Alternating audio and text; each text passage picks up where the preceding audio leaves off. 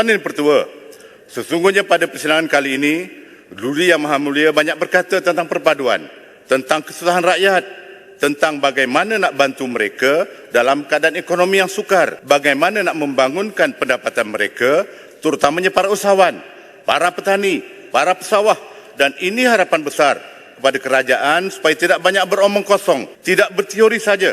Apalagi sebelum ini, banyak rakyat dimomokkan dengan pelbagai formula yang akhirnya tidak ada satu pun yang menjadi realiti. Tuan Yang Pertua, kita telah dilanda pandemik pada waktu yang agak panjang. Kita baru saja keluar daripada situasi ini dan masih dalam suasana berhati-hati. Para usahawan di luar sana ada yang masih bertatih memulakan perniagaan semula. Dulu waktu PKP, perniagaan mereka runtuh, pernah gulung tikar. Lebih 37,000 usahawan gulung tikar. Pernah mengalami kemurungan emosi, pernah mengalami kemurungan ekonomi, dan kebanyakan mereka hampir tiada wang simpanan. Nasib baiklah pada waktu itu kerajaan yang dipimpin oleh Pak Aguf menyediakan pelbagai pakej rangsangan ekonomi, pakej rangsangan prihatin PKS tambahan, ada penjana, ada kita prihatin, ada pemerkasa, ada pemulih, dan lebih 20 juta rakyat Malaysia menikmati secara langsung pakej rangsangan ini. Yang Di-Pertua, ini belum lagi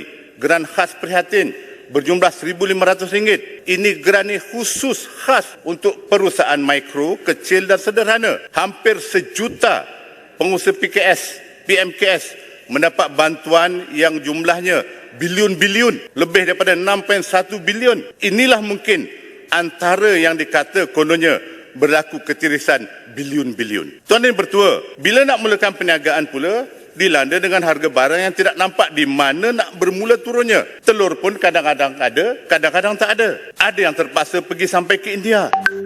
Teori, pelbagai teori. Formula, pelbagai formula. Tapi enggak ada apa-apa. Lebih 1 juta usahawan informal dan lebih 900,000 usahawan mikro perlu serius dibantu sekarang ini. Tuan Yang Di-Pertua, kerajaan lepas melalui Kuskop menyediakan pelbagai bantuan dan sokongan kepada usahawan. Antaranya 100 juta ditekun di bawah skim perniagaan informal mikro SPIN, ada untuk pembiayaan makro, untuk penjaja kecil di bawah bank rakyat hampir 50 juta. Ini belum lagi pelbagai pembiayaan di agensi-agensi lain. Ditambah lagi. Yang besar, minta laluan. Ya. Ya. Silakan. Terima kasih Tuan Yang Di-Pertua. Saya ucap terima kasih kepada Sungai Besar yang menyentuh mengenai bantuan kepada usahawan-usahawan daripada kementerian. Saya dengar baru ni beberapa hari yang lepas, Menteri Kuskop dalam satu statementnya dia kata, don't be afraid to get loans to expand businesses. Tapi hakikatnya yang berhormat Sungai Besar, kita menerima banyak aduan daripada usahawan, bukan senang nak dapatkan pinjaman daripada kerajaan sekarang ini. Dia kata mesti ada bisnes lebih kurang 3 tahun ataupun mereka beritahu bahawa proses tidak boleh dibuat kerana bajet belum keluar.